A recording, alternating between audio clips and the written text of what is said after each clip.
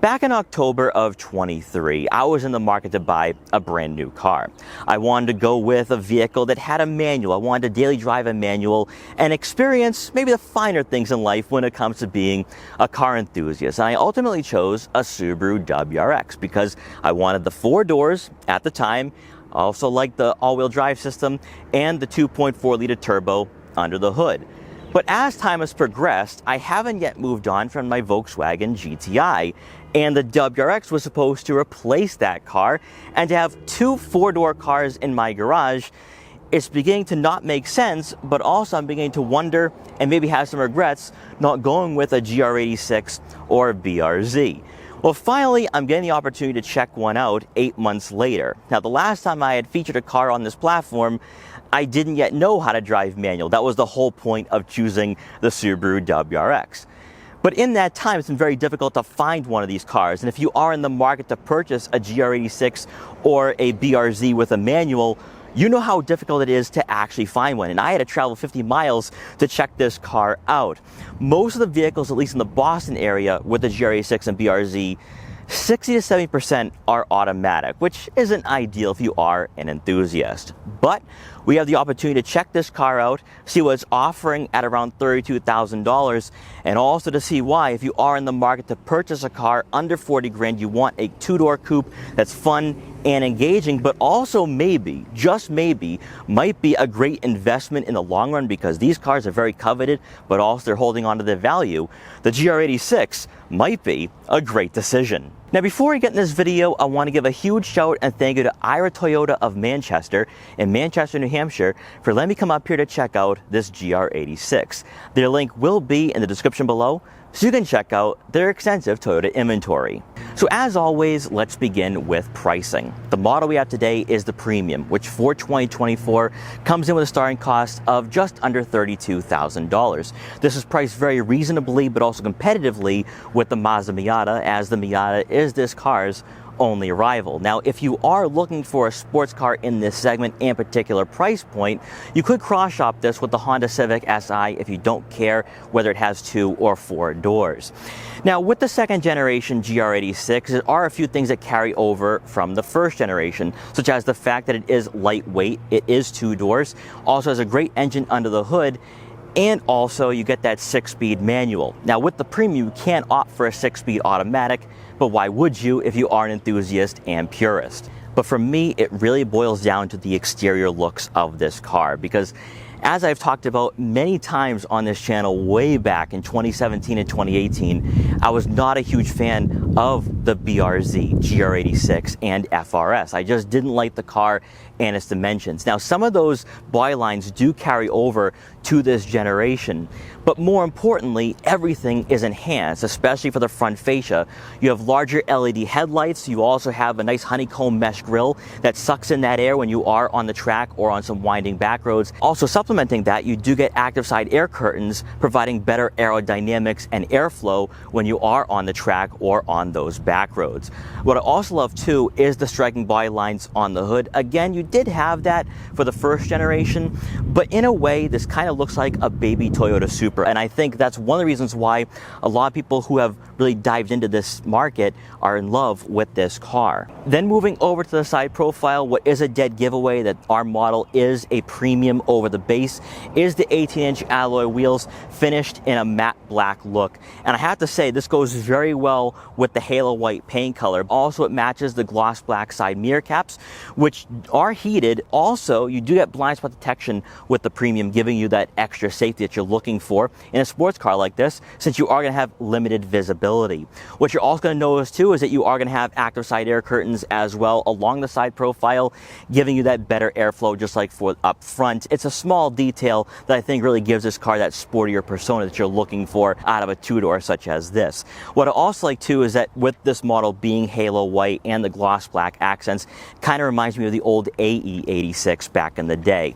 Now, you're going to have that matte black finish surrounding the windows as well, once again giving you that lower profile appearance. And finally, as you make your way around to the back, this is what ties everything together and continues on what makes the second generation so good. Because even though it has the 6-speed manual, it has the lightweight chassis, The first generation didn't have the looks, but you can't say the same for the second gen. The body lines just work and they all make sense. Even from certain angles, you can see those active side air curtains and then the side sills that are also shaped aerodynamically to continue that airflow to the back. Everything just looks so good. And for a car at this price point, you don't expect manufacturers to focus on those details. We've seen cars like this throughout the generations and the decades, but I think for the GR86, there's something visually that really speaks to me, and I think speaks to a lot of other people as well. Now, with our model, we do have the duckbill spoiler, which I think brings a lot more character to this car. Again, it's another aspect that you would find on the Toyota Supra, and the fact that it just sits perfectly on the trunk does go a long way. Of course, you're still going to have the dual exhaust outlets, and cosmetically, there are a lot of similarities to the BRZ it shares platforms with. I also like the swooping taillights, and also the fact that you do have that gloss black trim piece continuing through that trunk as well. Under the hood for the second generation GR86, you're going to have a 2.4 liter naturally aspirated 4-cylinder engine, producing 228 horsepower and 184 pound-feet of torque. As I mentioned earlier, it can be paired with either a 6-speed manual or a 6-speed automatic. Now, this was a huge highlight when this car first hit showrooms a couple of years ago, because the first generation had only 200 horsepower and 151 pound-feet of torque.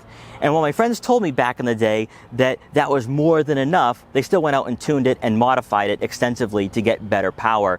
And I still felt that that was not enough. And I think now for 2024 and in the 2020s in general, 228 horsepower is more than adequate for a car of this size. Now, this would be better in regards to horsepower compared to the Honda Civic Si and also the Mazda Miata. Now, in regards to comparing this to the Miata is a roadster, of course, lightweight, more of a go-kart that is street legal, whereas the GR86 has a bit more substance to it, where it's going to be a bit softer in regards to the interior materials. Also, of course, it's only a hardtop. So I still think both cars are in completely different classes, and most people are going to go with one or the other. They're not going to cross-shop the two. But again, that is just my take, and I'm not going to dive into the cult followings for both models. Now, in regards to 0 to 60 times, with the automatic, you're looking at right around 6 seconds, whereas the manual, you're going to have right around 6.5 seconds, which isn't too bad in this market. It would fall right in line with the Honda Civic Si and, of course, the Mazda Miata. Then, of course, when it pertains to fuel economy, you're looking at right around 22 miles per gallon in the city and 27 miles per gallon on the highway. Obviously, it's not the most economical out there, but if you're looking for a fun car like this, that actually really isn't too bad for a car in this segment. In fact, that would be very much on par with a Subaru WRX with the 2.4 liter turbo. Stepping inside the GR86, with our model being a premium, we have manually adjustable, heated, leather trim seats with ultra suede inserts, which for a car at $32,000 is fantastic to see.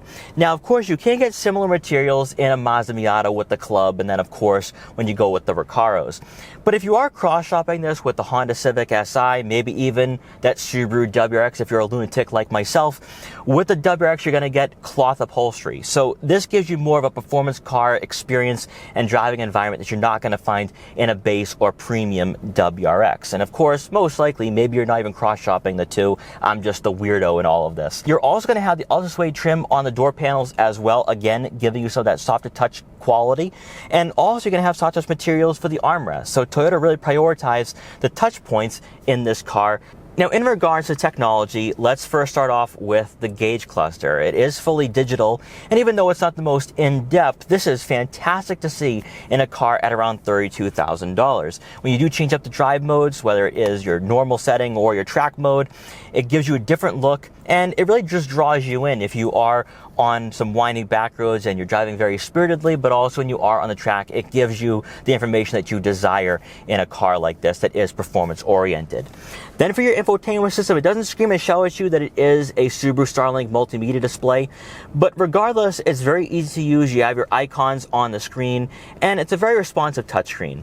Better yet, you are going to have physical dials for the volume and tuning on both sides of this infotainment system, and then beneath that, physical buttons for your home screen, your phone, your apps, and radio. And finally, before we continue on with the rest of the interior, you are going to get Apple CarPlay and Android Auto compatibility, and as always, a rear backup camera. Beneath that, you're going to find your start-stop button with the GR logo, nice little touch.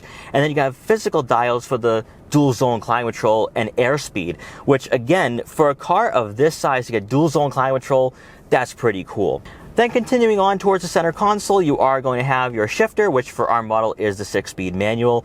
Then you're going to find your traction control on and off button and your track mode. Then of course your switches for your 2-level heated seats. And finally, for the center storage compartment, you are going to have 2 cup holders and 2 USB inputs. Before checking out the trunk, the one advantage of going with the GR86 over the Mazda Miata is that you do get 2 rear seats. Now, I don't think they're going to be usable for anybody, even a small child, but it does add to the practicality. You could probably fit a couple bags of groceries back here, even though in regards to overall occupancy, it doesn't make much of a difference compared to that 2-door Roadster that you have with the Miata. This might be a deciding factor if you are looking at buying one or the other.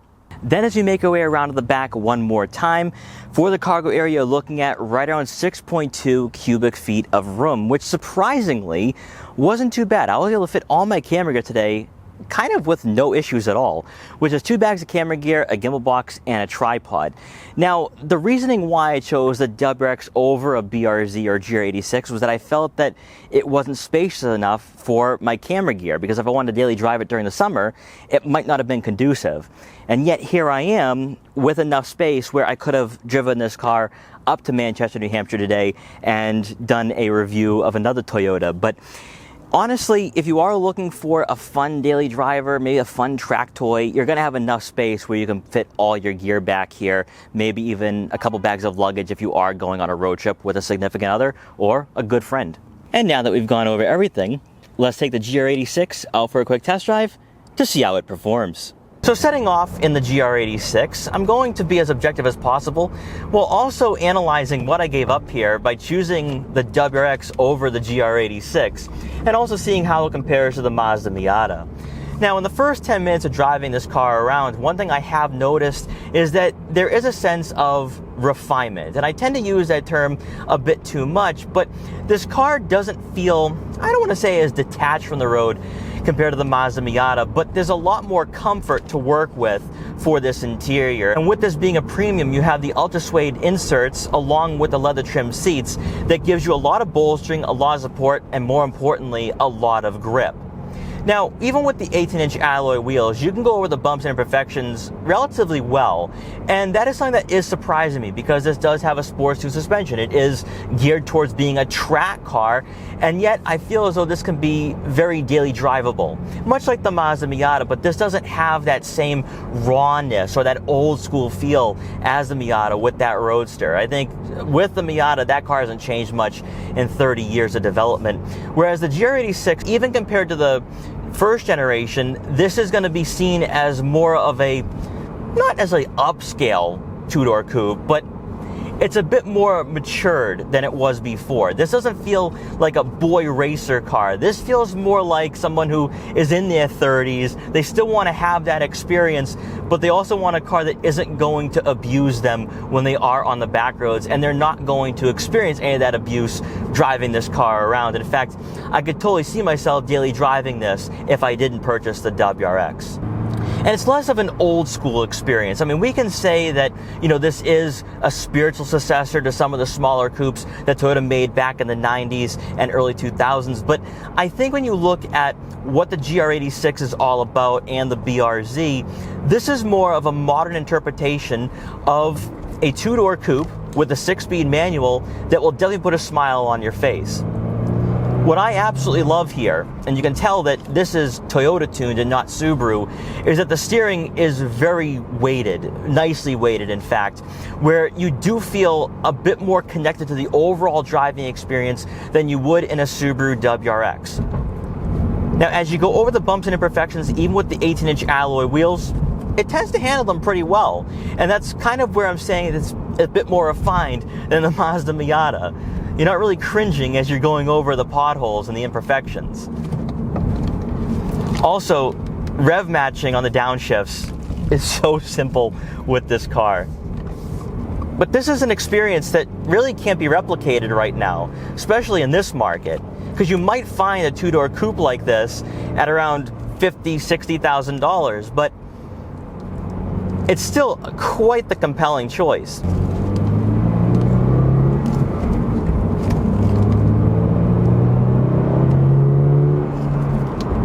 Also, I love the sound of this 2.4 liter under the hood. It has a nice tone to it for a 4-cylinder. But it also doesn't drone either, which is something I can definitely appreciate. Heading into the rotary. Once again, the weighted steering and this sports tune suspension works wonders in the corners.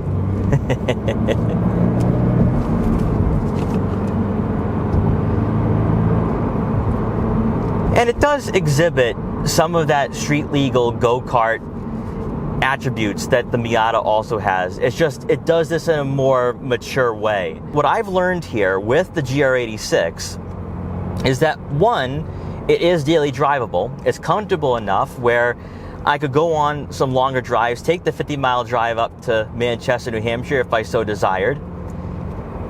I also have a car that, when it pertains to handling, is more agile, more performance focused than the Subaru WRX. So in all honesty, it's this nice balance of being somewhat old school, being somewhat true to the old Toyota coupes of the day back in the 90s and 2000s. This is a car that you can do everything in. You can go on those winding back roads, you can go to the track, you can really enjoy yourself in this car, and it's not gonna break the bank. And more importantly too, on those longer drives, you're not going to be feeling any discomfort, at least from what I've experienced so far on this drive. I love the seats, I like the seat positioning, and I really like the way this car was engineered, and I just think mechanically it feels so well balanced.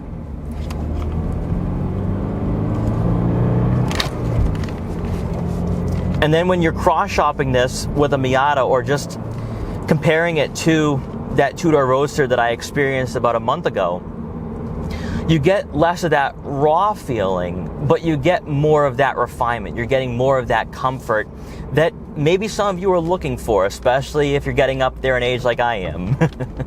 And while some loyal owners and purists of the first generation might argue and say that, oh, Toyota really aged up this platform, and it's possibly why maybe some people who like the first gen maybe won't upgrade to this model year, it has drawn in a lot of people like myself who didn't like that two-door coupe back in the day. With the better horsepower, with this 2.4, with what they've done to the interior, this is far more appealing for somebody who wants to have a fun experience, but one that doesn't feel immature or for a younger demographic. This is a car that I think a lot of people can hop into, young or old, and truly enjoy. And I can say for myself that the GR86 and what I've experienced today is definitely adding on to my questions and making me wonder, did I make the right decision? Because this is a really fun package for a car under $35,000. So guys, I hope you enjoyed this video of the Toyota GR86. If you did, please like, comment, share, and subscribe for more, and I will see you guys next time.